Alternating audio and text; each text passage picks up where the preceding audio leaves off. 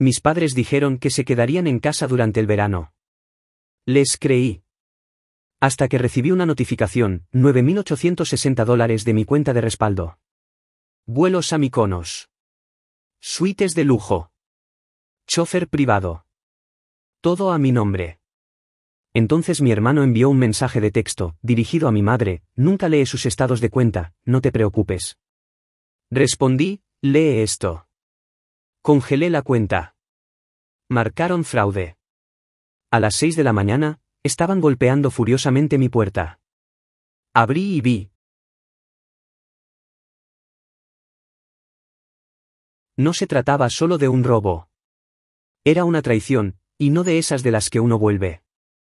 Eran mis padres.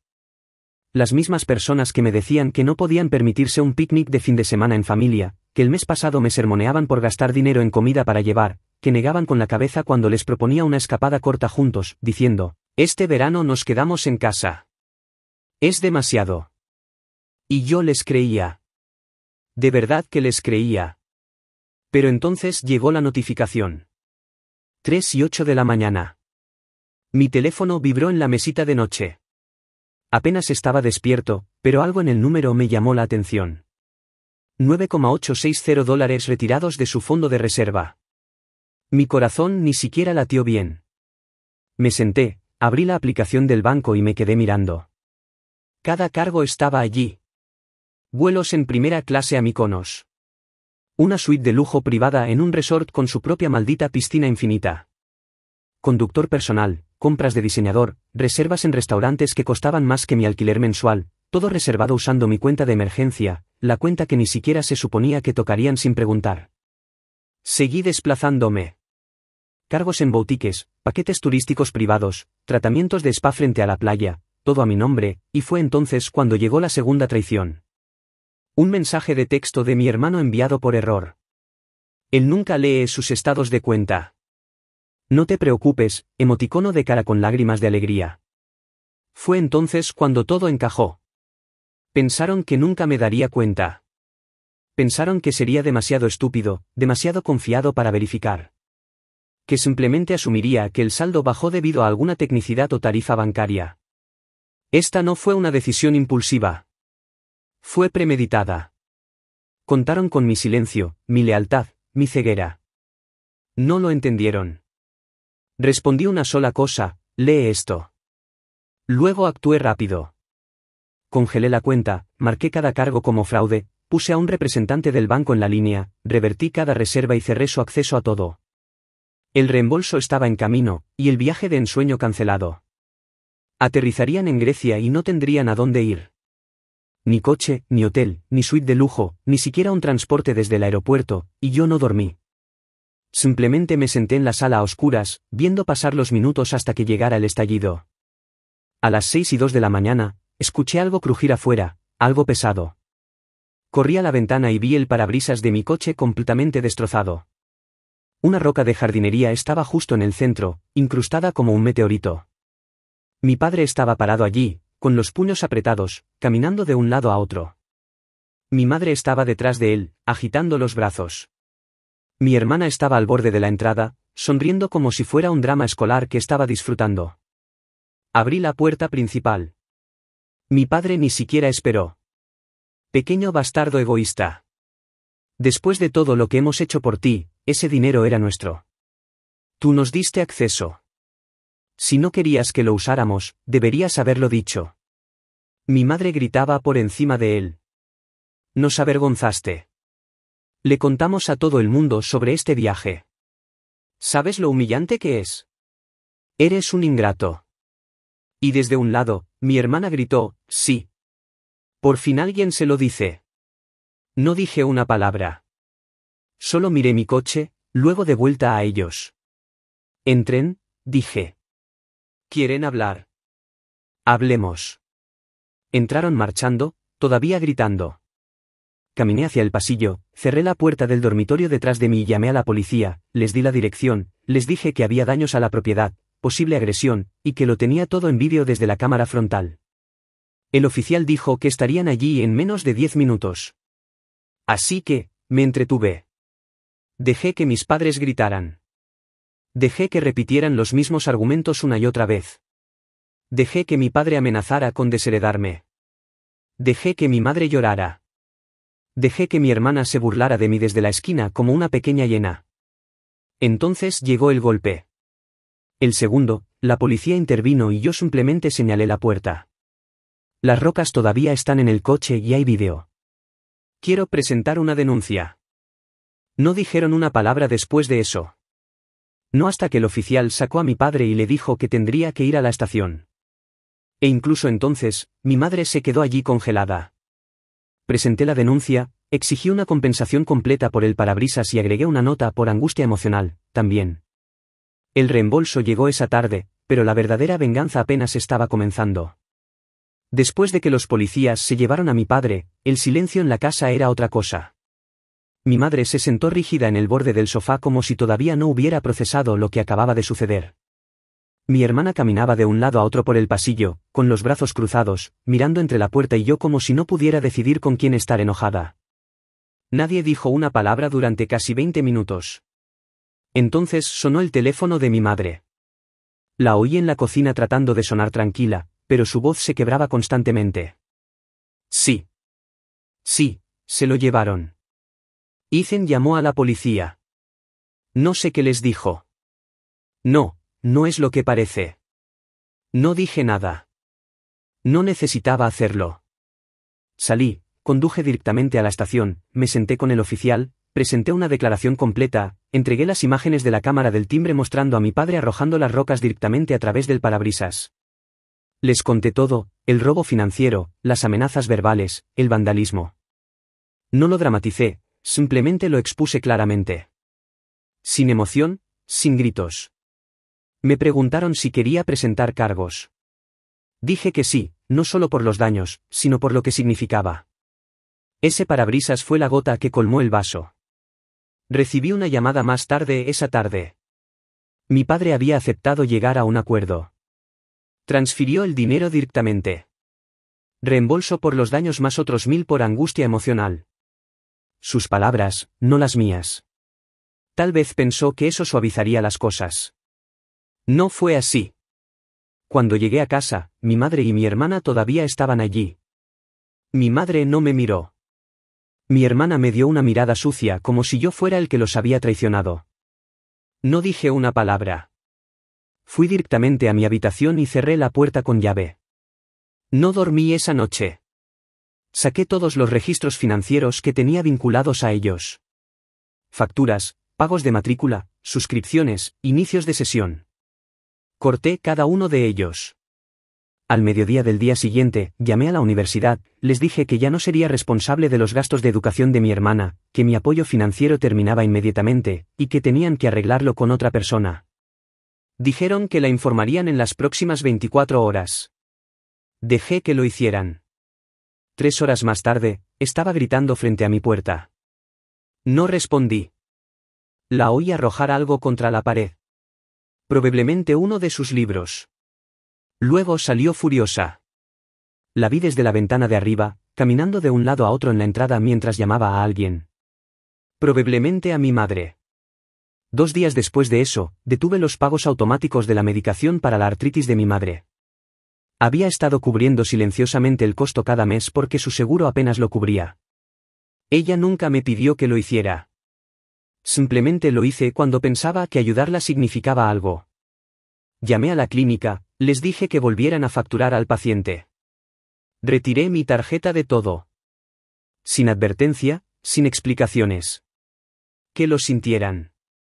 No se trataba de vengarse. Se trataba de cortarlos limpiamente.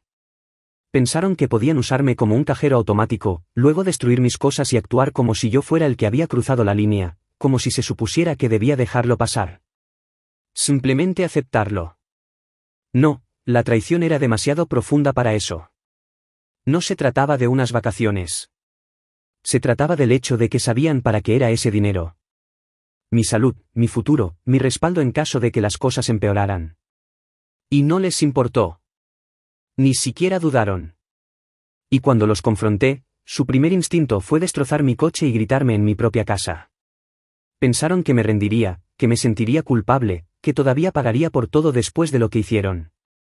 Pero no tenían idea de con quién estaban tratando. Y lo mejor de todo, esto era solo el comienzo. Nunca se disculparon. Ni una sola vez. Ni por vaciar mis ahorros de emergencia. Ni por arrojar una roca a través de mi parabrisas. Ni siquiera por gritarme en mi propia sala como si fuera un extraño que había irrumpido en sus vidas. En todo caso, redoblaron la apuesta. Cada vez que revisaba mi teléfono, medio esperaba un mensaje, algún intento de arreglar las cosas, o incluso solo una excusa patética. Pero no llegó nada, ni llamadas, ni mensajes de texto.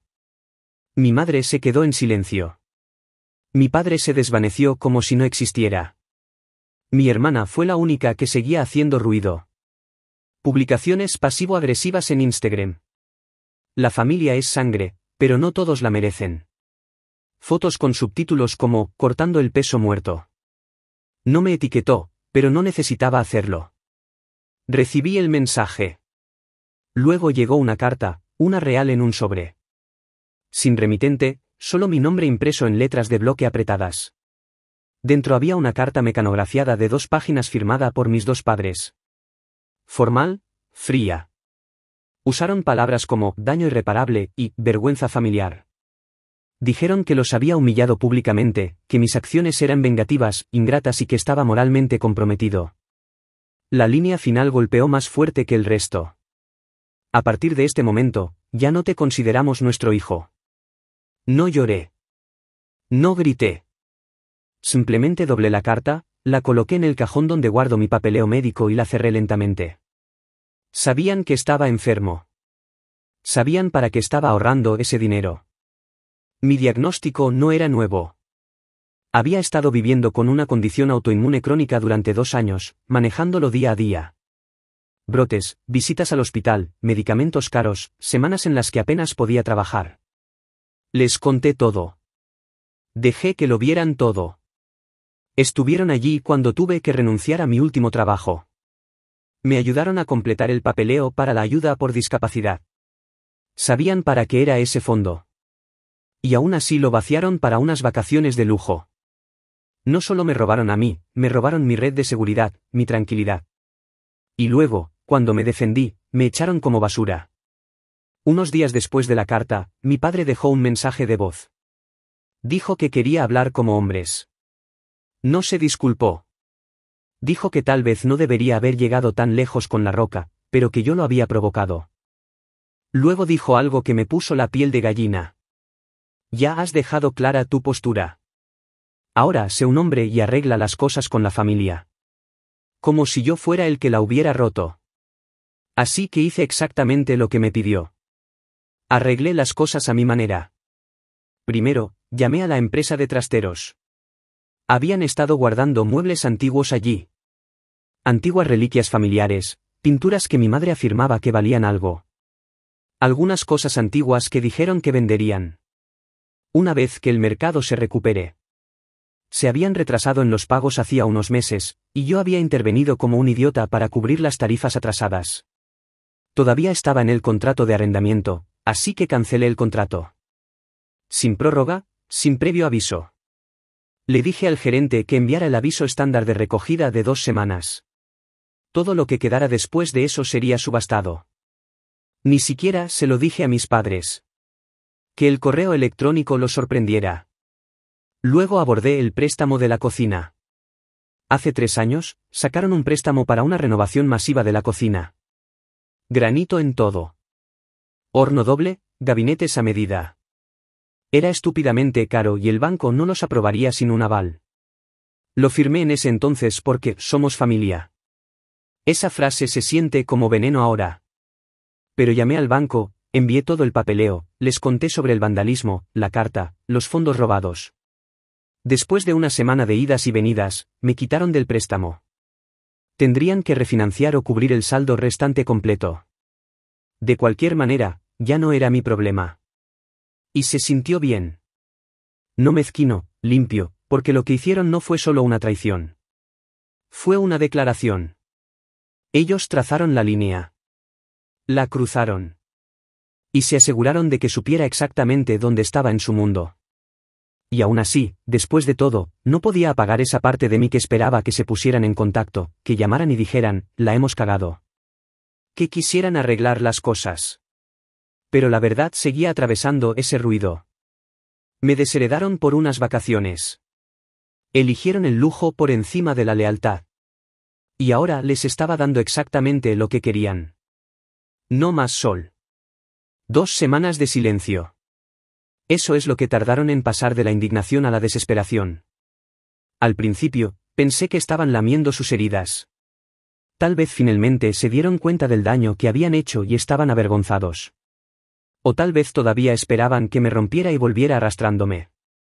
De cualquier manera, la tranquilidad era desconcertante. Seguía esperando algo dramático. Otro mensaje de voz, algún texto dramático de mi madre, mi hermana apareciendo para hacer un berrinche. Pero no hubo nada hasta que recibí una llamada de un número que no reconocí. Ethan, soy Randall Porter. Soy abogado y represento a tus padres. Me han pedido que me ponga en contacto contigo con respecto a algunos asuntos financieros compartidos. Colgué antes de que pudiera terminar. 5 minutos más tarde, llegó un mensaje de voz de seguimiento. El mismo tipo ahora diciendo palabras como mediación, preocupaciones por la propiedad y resolución cooperativa. Aparentemente, querían discutir algunos arreglos financieros compartidos antes de que las cosas se complicaran. ¿Complicado? Ya irrumpieron en mi cuenta, robaron $10,000, destrozaron mi coche, me desheredaron, y ahora tenían miedo de que las cosas se complicaran. Al día siguiente, apareció mi hermana. Usó una vieja llave de repuesto que olvidé desactivar, como si todavía tuviera un lugar en mi vida. No tocó. Simplemente entró como si todavía fuera su casa. La encontré en la cocina bebiendo de una taza como si fuera una reunión familiar. Dijo que mamá no había estado comiendo, que papá estaba hablando de vender la casa, que incluso estaba pensando en sacar dinero de su jubilación. Ella dijo, empecé algo que ninguno de nosotros pudo detener. Le dije que la llave no funcionaría la próxima vez. Ella dijo, bien. Pero antes de irse, sacó un sobre de su bolso y lo deslizó sobre la encimera. Dentro había un testamento escrito a mano. No oficial, solo algo que mi papá garabateó en un trozo de papel legal amarillo. Casi no lo miro, pero una frase me llamó la atención. En caso de mi muerte, todos los bienes se dividirán equitativamente entre Sara y Melinda. Nada sobre mí, ni siquiera una mención. Era como si nunca hubiera existido. Ella me observó mientras lo leía. Sin emoción, solo esperando que dijera algo. Ni siquiera estás sorprendido, ¿verdad?, dijo. No respondí. Simplemente doblé el testamento, lo volví a meter en el sobre y lo tiré sobre la mesa. Estaba a mitad de camino de la puerta cuando se dio la vuelta. Por cierto, dijo, mamá tenía una de sus recetas bloqueada en la farmacia. Dijeron que la tarjeta fue rechazada. Se derrumbó frente al mostrador. Tuvo que irse con las manos vacías. No me inmuté. Simplemente dije, ella es la que tomó esa decisión. Después de que se fue, me senté allí por un rato. No enojado, ni siquiera triste, solo vacío. Ese testamento no dolió como debería haberlo hecho. En todo caso, confirmó lo que ya sabía. Nunca iban a verme como parte de la familia otra vez. Ni siquiera en la muerte. Más tarde esa noche, abrí uno de los antiguos paneles de control financieros que había olvidado.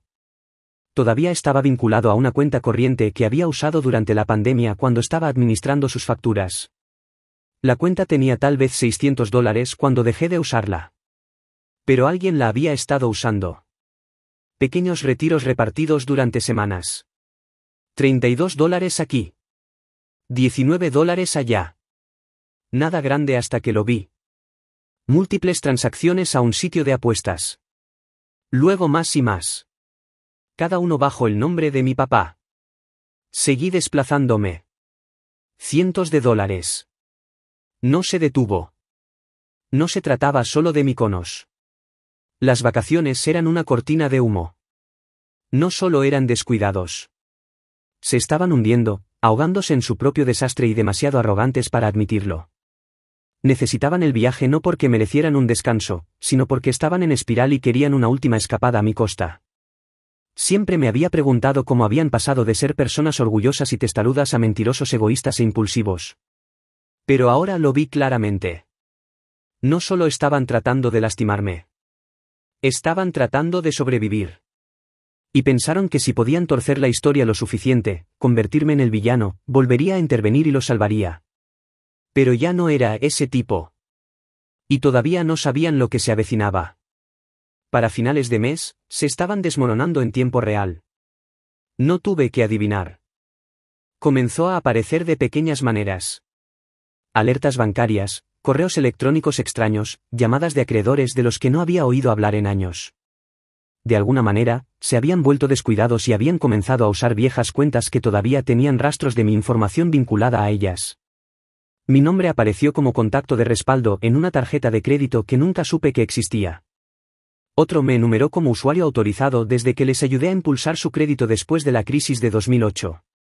Estaban tratando de usar cada conexión que podían, probablemente esperando que no me diera cuenta, pero lo hice. Limpié todo, llamé a cada banco, a cada prestamista, eliminé mi nombre, marqué cualquier intento. Cada vez que cerraba una puerta, los imaginaba detrás de ella, dándose cuenta de que estaba cerrada ahora, permanentemente. Pero la verdadera grieta llegó una semana después. Recibí una llamada de un viejo amigo de la familia. El señor Blake era dueño de un taller de carrocería donde mi papá solía arreglar nuestros coches. No llamaba para charlar. Ethan, tu padre pasó por aquí anoche. Estaba borracho. Dijo algunas cosas que realmente no entendí, pero sonaba mal. Seguía diciendo que habías destruido todo. Luego rompió un espejo en la oficina y se fue sin pagar. Hizo una pausa. Solo pensé que deberías saberlo. No lo está pasando bien. Le di las gracias y colgué. Así que el castillo de naipes se estaba derrumbando. No sabía cuán profundas eran las deudas, pero no importaba. No iba a pagar un centavo. Ellos habían elegido esto. Me habían dado de baja públicamente en papel. Aún así, una parte de mí quería saber hasta dónde caerían. No por crueldad, sino porque si iba a alejarme para siempre, necesitaba saber que no me estaba alejando demasiado pronto. La siguiente sorpresa vino del departamento de facturación del hospital. Me había incluido hace años como contacto de emergencia para mi madre. Nunca lo actualicé. Llamaron para confirmar que su seguro había caducado y que no había realizado los pagos de sus tratamientos. Aparentemente, había estado faltando a las citas durante semanas. Cuando pregunté si estaba bien, dijeron que no estaban autorizados a revelar nada más. No la llamé. No envié dinero. Ella sabía cómo contactarme. Simplemente no quería hacerlo. Luego vino el golpe final, una carta certificada. No de su abogado esta vez, directamente de mis padres. Dentro había una línea escrita con marcador permanente a través de una hoja doblada de papel en blanco. Fuiste un error. Sin firma, sin remitente, solo esas 4 palabras. No lloré. Reí en voz baja, amargamente, porque era casi gracioso, en una forma retorcida, cuánto esfuerzo pusieron en fingir que nunca había sido parte de ellos, como si pudieran borrarme de la historia con una oración. Puse la carta al lado de la primera, en el mismo cajón con el testamento y los recibos de la farmacia. Mi pequeño archivo privado de cómo se ve la traición cuando viene con tu propia letra. Esa noche, abrí un nuevo documento en mi computadora, lo titulé Cuentas finales. Dentro, enumeré cada pago, cada préstamo, cada favor, cada sacrificio que hice por ellos durante la última década. Era más largo de lo que esperaba. Y en la parte inferior, escribí, no se necesita reembolso. Simplemente nunca me hablen de nuevo. Porque tenían razón en una cosa. Ya no era su hijo. La vida se volvió tranquila, no pacífica, no tranquila, solo quieta. Como una habitación que había sido vaciada después de una tormenta. Sin llamadas, sin mensajes de texto, sin cartas pasivo-agresivas, no más drama. Las personas que solían orbitar mi vida como accesorios permanentes habían desaparecido. Y durante los primeros días, ese silencio resonó más fuerte de lo que sus gritos habían hecho jamás. Sabía que no iban a volver. No en el sentido que la gente quiere decir cuando dice eso. Lo sabía porque decían en serio cada palabra que escribieron en esa carta final. porque si puedes decir fuiste un error y enviarlo por correo como un documento legal, no queda nada que valga la pena salvar. Así que comencé a desmantelar las últimas piezas de ellos de mi vida. Borré mi nombre de cada archivo conjunto, cada contacto de respaldo, cada referencia de emergencia.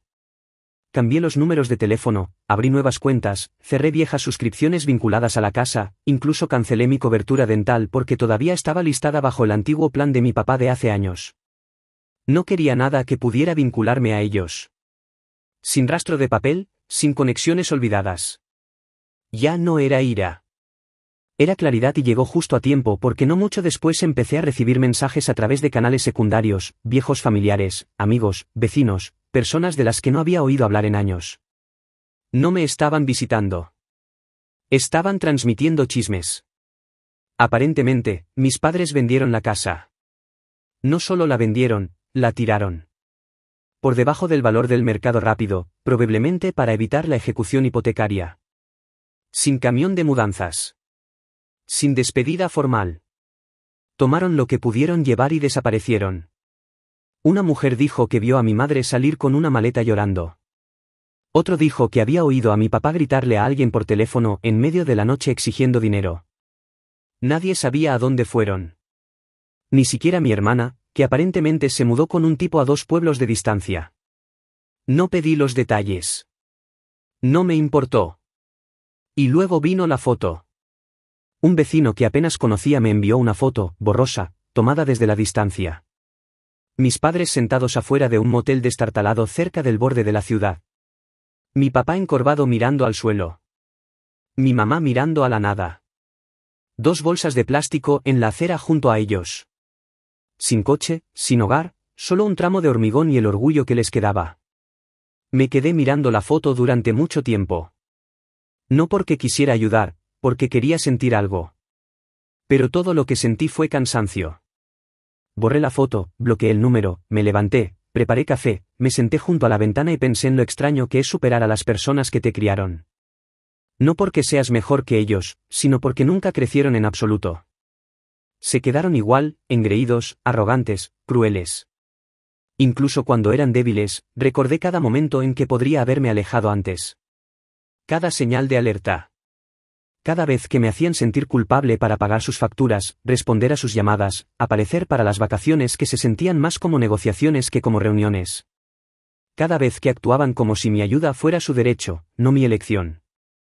Y pensé en esa carta final. Fuiste un error. Solía pensar que si hacía lo suficiente, daba lo suficiente, soportaba lo suficiente, finalmente dirían lo contrario, que estaban orgullosos, que importaba. Pero la verdad es que algunas personas solo te aman cuando eres útil. Y una vez que dejas de ser útil, te muestran lo que realmente son. Así que me di a mí mismo lo que ellos nunca hicieron. Cierre. Imprimí un documento final solo para mí. Lo titulé Indemnización. Dentro, enumeré cada préstamo, cada pago, cada sacrificio, cada promesa rota. Luego escribí la línea final. No fuiste un error. Fuiste la última lección. No he sabido nada de ellos desde entonces. Pero a veces, cuando el dolor en mis articulaciones se arrastra y me recuerda por qué construí ese fondo de reserva en primer lugar, abro ese cajón donde las cartas todavía están dobladas cuidadosamente, intactas, y me recuerdo a mí mismo que no perdí a mi familia. Finalmente los vi por quienes eran, y me alejé mientras todavía podía. A veces, en las noches en que el sueño no llega fácilmente, me sorprendo pensando en lo que podría haber sucedido si no hubiera revisado esa notificación bancaria. Si simplemente hubiera seguido confiando en ellos, dejándolos vaciarme mientras me sonreían en la cara. Tal vez hubieran vuelto el próximo verano, tal vez a Dubái, tal vez a algún lugar aún más ridículo, y yo todavía estaría pagando la cuenta como un tonto. Pero la verdad es que la traición no comienza con $10.000 y una suite de lujo. Comienza más pequeña, con silencio, con pequeñas mentiras, con que te digan que eres egoísta cuando dices que no, y una vez que dejas que eso se deslice suficientes veces, comienzan a creer la mentira también, que siempre les debes. Nunca más. A veces, en las noches en que el sueño no llega fácilmente, me sorprendo pensando en lo que podría haber sucedido si no hubiera revisado esa notificación bancaria. Si simplemente hubiera seguido confiando en ellos, dejándolos vaciarme mientras me sonreían en la cara. Tal vez hubieran vuelto el próximo verano, tal vez a Dubái, tal vez a algún lugar aún más ridículo, y yo todavía estaría pagando la cuenta como un tonto. Pero la verdad es que la traición no comienza con $10.000 y una suite de lujo. Comienza más pequeña, con silencio, con pequeñas mentiras, con que te digan que eres egoísta cuando dices que no.